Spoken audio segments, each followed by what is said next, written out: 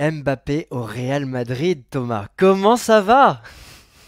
C'est pas facile. On s'accroche aux branches tous les jours parce que être supporter du Real en ce moment, c'est vraiment pas évident. On a le meilleur président de l'histoire, peut-être le meilleur entraîneur de l'histoire. On gagne une 15e et puis on a à peine fêté cette Ligue des Champions qu'on nous annonce qu'on a Mbappé libre. Non, franchement, c'est trop. C'est très dur. Et toi, Christophe, Bravo. comment tu vas? Bah ça Évidemment, va c'est de bien, ça l'ironie, va, les amis. ça va bien, ça va bien. Ce qui est amusant, c'est que en début d'année, on a fait nos prédictions sur pas mal de sujets. Et si je me rappelle bien, de ton côté, tu ne souhaitais pas forcément le voir arriver du côté du Real, mais tu pronostiquais son arrivée.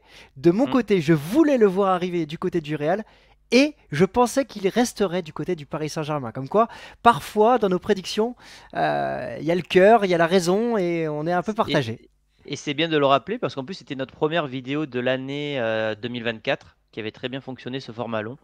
Donc, bah, peut-être qu'on fera un bilan de toutes nos Ah, bien prédictions, hein, sûr. peut-être à un moment donné pour voir où c'est qu'on s'est trompé. Bon, Thomas, hier soir à 19h28, comment t'as réagi quand t'as enfin vu le communiqué de presse qui a été incroyablement vu? Le site a claqué du côté du Real. Ouais, c'est ça. 97 millions d'impressions. En fait, écoute, pour être honnête, c'était pas un moment idéal pour moi de vivre ça en direct parce qu'il y avait mes enfants qui étaient Ouais. encore debout et tout ça. Mais je voulais vivre ce moment en live parce que un transfert générationnel de cette sorte, on va en vivre un peut-être tous les 10 ou 15 ans. La dernière fois, c'était Ronaldo en 2009. On n'avait pas YouTube, il n'y avait Non, pas les réseaux à ce point-là. non. Donc Mbappé représente peut-être le premier gros transfert de l'ère réseau et je voulais voir comment ça allait être vécu justement en direct sur les réseaux. Je suis allé directement sur le site du Real, le site a craché. J'en ai parlé d'ailleurs dans ma vidéo hier. Et ouais, il y avait une hype qui montait. On voyait même les joueurs de Madrid communiquer sur les réseaux en disant quand c'est que sort l'annonce et tout. Donc ouais, c'était sympa à vivre. Il y a quand même un élément particulier, c'est que c'est succinct, le communiqué du Ouais, Real. C'est ouais, je m'attendais à quelque chose de plus clinquant. Bon, après, il y a une vidéo de 3 minutes 44 qui est sortie. Ça, quand même, faut le Ouais, rappeler, c'est assez rare mais pour le souligner quand même. Le Real qui sort une vidéo à l'image, enfin pour le joueur, 3 minutes 44 de l'ensemble de ses buts. je vais te dire quelque chose, j'ai été déçu de la vidéo. Ah ouais, J'ai été déçu de la vidéo parce que ça me fait penser à un highlight sur YouTube, tu d'accord. vois. Et je trouve que ça transmet pas de l'émotion. Il n'y a pas une musique derrière qui m'emballe dans le truc en disant ça y est, on le voit mettre ses premiers pas à Madrid. J'aurais aimé, tu vois, peut-être quelques scènes filmées avant de sortir une vidéo et qu'il y ait quelque chose de plus, qui aille plus dans l'émotion. Là, juste vu un résumé de la carrière d'Mbappé et ça m'a pas transmis beaucoup de choses. Dans Pour être cette honnête. communication, en tout cas, il y en a un qui a joué sur l'émotion. C'est le joueur en lui-même.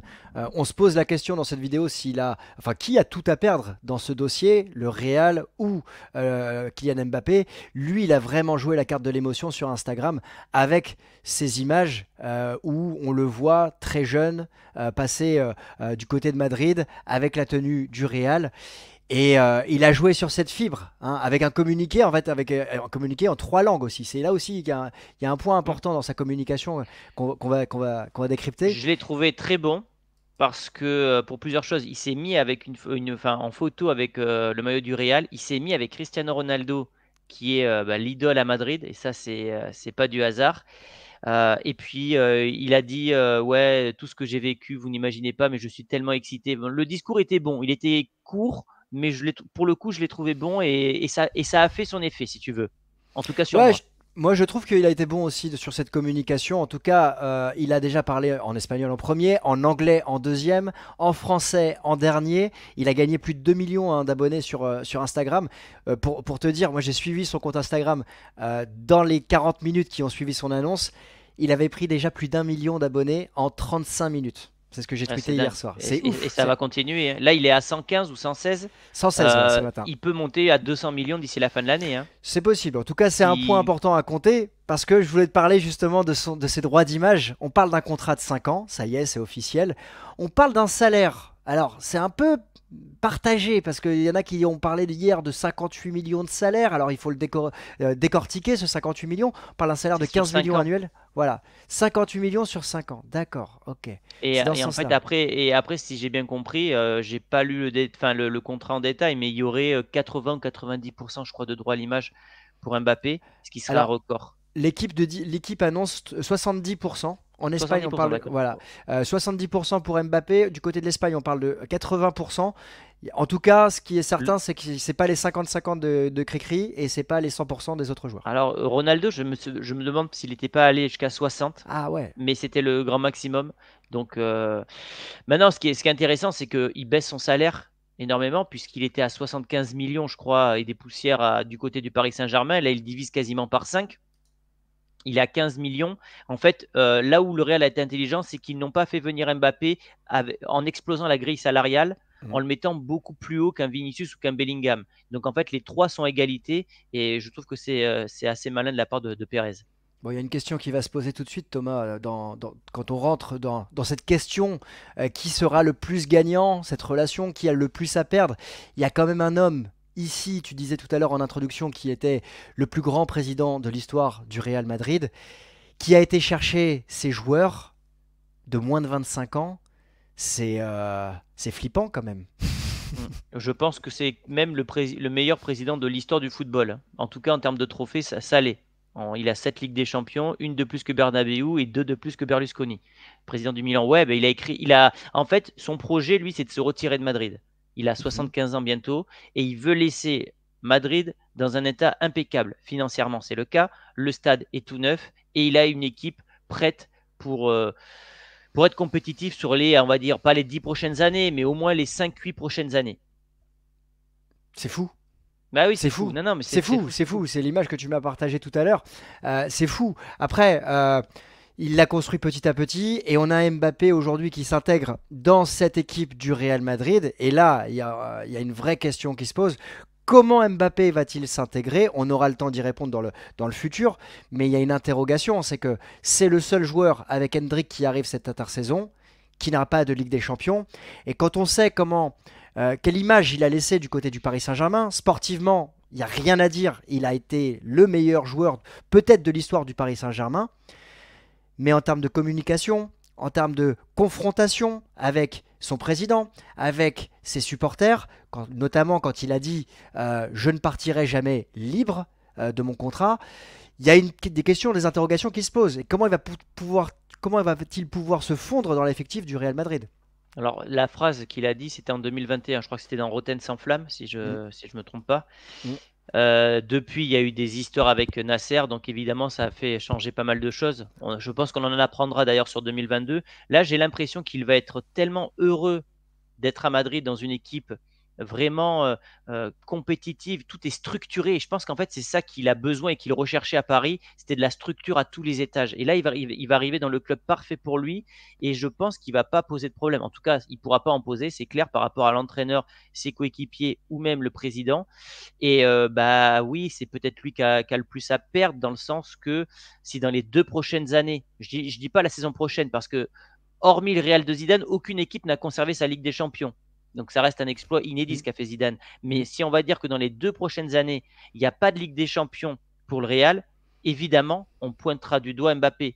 Et même s'il fait les meilleures prestations possibles avec le Real, j'ai un exemple tout bête, c'est Ronaldo à la Juve. Mhm. Ronaldo à la Juve, il marque dans tous les matchs de Ligue des Champions en phase d'élimination directe. À l'Ajax, Porto, Lyon, il a marqué dans tous les matchs. Il n'a pas réussi à remporter la Ligue des Champions, il a été pointé du doigt parce Mm. qu'il n'a pas été en finale. Peut-être que ses coéquipiers étaient moins forts, mais on a ciblé Ronaldo. Et donc, il se passera exactement la même chose, selon moi, côté Real Madrid. Si ce Real est moins performant l'année prochaine, malheureusement, Mbappé sera pointé du doigt, même s'il marque 50 buts. Mais après, je pense qu'il est préparé à ça, et puis c'est un risque à prendre pour lui également, hein. Bien sûr, bien sûr. Après, il y a un élément aussi qu'il faut rappeler concernant la fin de son règne du côté du Paris Saint-Germain. Je vais te partager un article du côté de l'équipe. Statu quo avec Paris, le club de la capitale n'a toujours pas réglé le salaire d'avril et la prime de février à son ex-attaquant, Kylian Mbappé. Il n'a pas non plus l'intention de payer son salaire du mois de mai. Je pense que comme n'importe quel salarié, on a beau se dire il touche des sommes incommensurables dans le football. Si on n'est pas payé, il y a un moment, pourquoi on va se donner à fond sur un terrain? Tu vois, il y a aussi ça à prendre en compte dans son attitude et dans son détachement qu'il a pu avoir du côté de la fin de sa carrière au Paris Saint-Germain. Je pense qu'en fait, dans cette histoire, les 2 sont responsables parce que Mbappé, il a fait trop de sorties polémiques aussi. Il n'a pas fait de préparation l'été dernier. Ça, quoi qu'on le dise, ça joue énormément sur, sur le physique et donc in fine sur les prestations. Et puis Nasser, on va pas en parler maintenant, mais on sait que c'est un président qui fait peut-être plus de mal que de bien au club de la capitale. Donc, puis je pense qu'il était lassé. Et là, je pense qu'aujourd'hui, à travers ce qu'il a écrit sur Instagram, Mm, on voit une sorte de soulagement. Ça y est, je quitte enfin le Paris Saint-Germain mm, parce que je devais le quitter en 2022. Il y a des raisons politiques nationales qui ont fait que j'ai dû rester. On est tous persuadés que c'est ça. Puis aussi de l'argent, peut-être, évidemment. même c'est sûr. Et là, je pense qu'il est soulagé. Il rentre dans une deuxième phase de sa carrière. Il n'a plus le temps. Il doit gagner la Ligue des Champions. Il doit gagner le Ballon d'Or. Tu avais fait d'ailleurs un tweet qui avait fait polémique à l'époque, puisque tu disais qu'à 25 ans, il n'avait toujours pas de Ballon d'Or, de soulier d'or et de Ligue des Champions. Factuellement, c'était vrai, mais les gens ne voulaient pas l'accepter. Aujourd'hui, il va falloir qu'il passe la seconde parce que Vinicius, lui, va en remporter un cette année normalement. Et il accélère. En tout cas, il y a une question qui va se poser, et ça, tu vas probablement y répondre dans les prochaines vidéos, mais il y a plusieurs systèmes de jeu dans lesquels Mbappé pourrait s'intégrer du côté du Real Madrid. Euh, Il y a l'attaque à 2 avec Bellingham Mm. derrière, et donc évidemment ce système à 3 qu'on connaît aujourd'hui du côté du Real. Je vais essayer de dézoomer. Il y a d'autres systèmes hein, qu'on pourrait voir du côté Moi, du je Real. pense que, ouais, il y a plusieurs systèmes, mais je pense que Carlo, au vu de sa saison, il Ouais. va garder ce 4-4-2, une seule Ouais. défaite en Liga. Tu as beaucoup plus le contrôle du milieu de terrain finalement. Et je pense que ça, aux yeux de Carlo, c'est très très important. Après, il pourra toujours s'adapter selon les équipes, 4-2-3-1, 4-3-3, etc. C'est aussi la force d'avoir un effectif avec autant de joueurs de qualité. Tu auras quasiment une équipe A, une équipe A' aussi, ça c'est pas à Ah, c'est fou. négliger, avec Mm. avec le nouveau format de la Ligue des Champions, avec cette C'est très compétition qui important. est le mondial des clubs. Voilà, donc le Real voudra être compétitif et pourquoi pas aller chercher 5 ou 6 trophées cette année, quoi. En tout cas, il y a un élément que je voulais te partager qui me semble important, c'est The Athletic, qui fait partie du groupe du New York Times, qui l'a proposé dans son dernier article. C'est justement la capacité, les forces, le style du Real Madrid. Et il y a un élément qui m'a marqué du côté de l'attaque, sur cette saison, parmi les meilleures équipes d'Europe, le Real se situe dans le deuxième tiers dans la qualité de ses tirs. C'est assez surprenant, mais j'ai pu l'identifier en croisant les datas avec Opta, où sur la gauche, on voit justement Kylian Mbappé, et sur la partie droite, en haut, on a Vinicius Junior et Rodrigo. Et quand tu regardes justement la qualité de chacun des joueurs, Kylian Mbappé est à 99, fait partie des meilleurs tireurs qualitatifs au monde, sur le panel de joueurs que Opta analyse, 90 pour Vinicius et 80 du côté de Rodrigo. Quand on regarde évidemment les buts, on a un Rodrigo qui se retrouve en deçà. Et donc là où aujourd'hui on a évidemment l'inconscient collectif et ceux qui évidemment suivent tous les matchs du Real qui se disent naturellement ouais mais comment tu vas mettre Rodrigo sur le banc. Soyons, prenons un peu de Très- recul. Je pense Ouais, que ouais, l'attaque Vinicius-Mbappé, elle est supérieure en tout cas sur le papier à Vinicius-Rodrigo. Je le pense comme ça de mon côté. tout à fait. Et puis bon, Mbappé, je suis pas très surpris par tes stats. Mbappé, c'est un mec qui te plante chaque saison 40 buts. Donc, s'il te plante chaque saison 40 buts, c'est qu'au bout d'un moment, il y a une raison à cela. Et le Real, en prenant Mbappé, s'assure 40, 50 buts à la saison. Rodrigo sera dans le turnover. Il y aura, je pense que l'année prochaine, Ancelotti va concerner tout le monde. C'est aussi pour ça qu'il a été prolongé. Je pense qu'il y a une vraie stratégie d'avoir gardé Carlo parce qu'ils avaient anticipé la venue d'Mbappé. Et en plus de ça, je vais te dire, Rodrigo, il s'est peut-être tiré une balle dans le pied avec sa sortie la semaine dernière aussi, hein. Très très très surpris de cette sortie, on en avait parlé dans l'avant-match, ça faisait partie des signaux faibles qui m'interpellaient avant une finale de Ligue des Champions où il y avait moins de sérénité, je trouve, entre guillemets évidemment du côté du Real, notamment par rapport à cette sortie où on pouvait l'imaginer partir.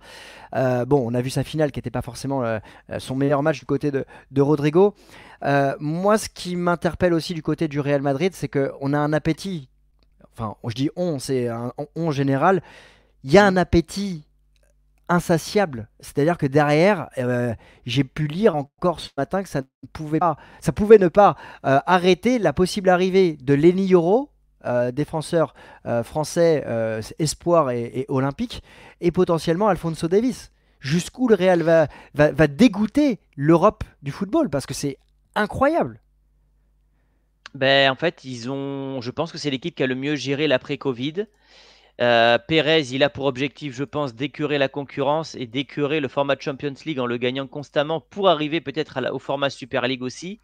Et alors Alphonso Davies, j'ai Ouais, d'autres. c'est double. Ouais, Ouais. on sait pas trop parce qu'apparemment Munich serait confiant pour une prolongation. Et Lenny Yoro, il y a aussi, je crois, un club anglais, le Paris Saint-Germain, qui sont dessus. Donc j'ai pas vraiment d'infos à te partager sur ça.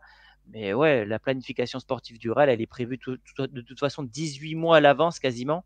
Wirtz, il est prévu pour l'année prochaine, en 2025. Donc ouais, ils sont en train de créer les Galactiques 3.0 avec un entraîneur qui aura la meilleure expérience possible et pourquoi pas ensuite Xabi Alonso, tu vois. Donc tout est prévu côté Real. Maintenant, où c'est qu'ils vont s'arrêter, je ne sais pas. Il y a des équipes qui travaillent très bien, hein. Liverpool travaille très bien, Arsenal pareil, City évidemment. Donc oui, le Real sera parmi les favoris chaque saison pour aller chercher la Champions, mais je pense qu'il y a des clubs anglais aussi qui travaillent bien. On va conclure, Thomas, sur la réponse à cette question. Tout à perdre pour le Real ou pour Mbappé. Est-ce qu'on s'attend? Alors, on sait ce qu'on va lui souhaiter. C'est la meilleure des réussites. On parle du capitaine de l'équipe de France. On est français, on apprécie le joueur. Ça, c'est un fait établi. Mais à quoi peut-on s'attendre? Est-ce qu'on peut s'attendre par rapport à tous les éléments qu'on a autour de lui, par rapport à ce qu'on a suivi de sa carrière en France et en équipe de France, tout confondu, sportif et extra-sportif, à un futur à la Bellingham dans son intégration, ou est-ce qu'on peut s'attendre à un futur à la Eden Hazard, le dernier flop du Real Madrid? Moi, je pense qu'on aura quelque chose à la Bellingham. Il est trop orgueilleux, trop motivé, trop ambitieux. Là où Hazard, signé au Real, c'était l'aboutissement d'une carrière. Enfin, c'était la signature au Real qui était pour lui le Graal absolu. Il est arrivé avec, je crois, à l'époque, 8 kilos de trop. Là, il y aura Pintus qui va s'occuper d'Mbappé comme il se doit dès la rentrée. Et non, non, je pense que ça va bien se passer. Moi, je pense que l'adaptation sera éclair parce que tout le bord du Real, tous les coéquipiers d'Mbappé vont le mettre en avant pour qu'il puisse s'intégrer rapidement, comme finalement Carlo l'a fait l'an passé en faisant ce schéma pour Bellingham. Il l'intégrait Ouais, parfaitement. ce que j'aime en tout cas, c'est l'approche de l'institution Real Madrid, cette institution qui l'accueille en tout cas de manière peut-être très sommaire dans son communiqué de presse, mais en fait c'est pas le club qui parle, c'est la maison qui parle en elle-même avec l'ensemble de ses joueurs. Et cette communication, elle est importante. Cet accueil de bienvenue fait est très fort, je trouve, en termes d'image. Et là où Mbappé s'est raté plusieurs fois dans sa communication depuis le début de sa carrière, il a eu des moments où il a peut-être outrepassé ou pas pris la mesure de ce qu'il pouvait dire. Là, il arrive avec un club qui est au-dessus de lui et qui va lui permettre de rêver plus grand, sans faire évidemment de jeu de mots par rapport au club qu'il quitte. Mais c'est vrai que on peut s'attendre Mais, à avoir quelqu'un qui a plus d'humilité. En tout cas, moi, je l'attends là-dessus. De ah oui, oui, oui. l'humilité dans les gestes, dans la communication, dans le regard, dans cette attitude où il doit progresser encore. Et il Ah ouais, arrive ouais. peut-être dans le club qui va lui permettre de progresser. Si le Real avait fait une annonce incroyable, ça l'aurait presque déjà placé au-dessus du club, même si ça n'aurait pas été le cas, mais ils en auraient trop fait. Là, ils ont fait pas le strict minimum, mais voilà, un Ah peu bah quand c'est la même. même annonce que Rossellou, hein, c'est pareil. Hein. Voilà, mais c'est tous à égalité, donc ça, moi j'aime bien, tu vois. C'est comme, mais c'est ce que je t'avais partagé la semaine dernière en off. Tout le monde a le même costume, c'est le côté très Ouais. institutionnel, très cartésien, traditionnel qu'a le Real. Et je sais plus ce que tu disais après. Ouais, les gestes, je l'imagine bien toucher le logo du Real ou l'embrasser dès le début, tu vois. Ouais, bah, Si quand il marquera. il va avoir, en tout cas, on l'attend aussi, et on peut pas demander à un joueur d'avoir des émotions parce que on peut avoir un avis sur les émotions qu'il dégage, mais on peut pas lui demander d'avoir des émotions. Ça se calcule pas d'avoir des émotions. Non, Il mais sera attendu, voilà, je pense qu'il là-dessus. va dégager plus d'émotions qu'à Paris, que ça va dégoûter les supporters parisiens. Moi, je le vois comme ça. Je me trompe Et peut-être, mais je le vois bien comme ça, en disant ouais, il a jamais fait ça à Paris, il le fait avec le Real. c'est pas forcément ce que lui va rechercher.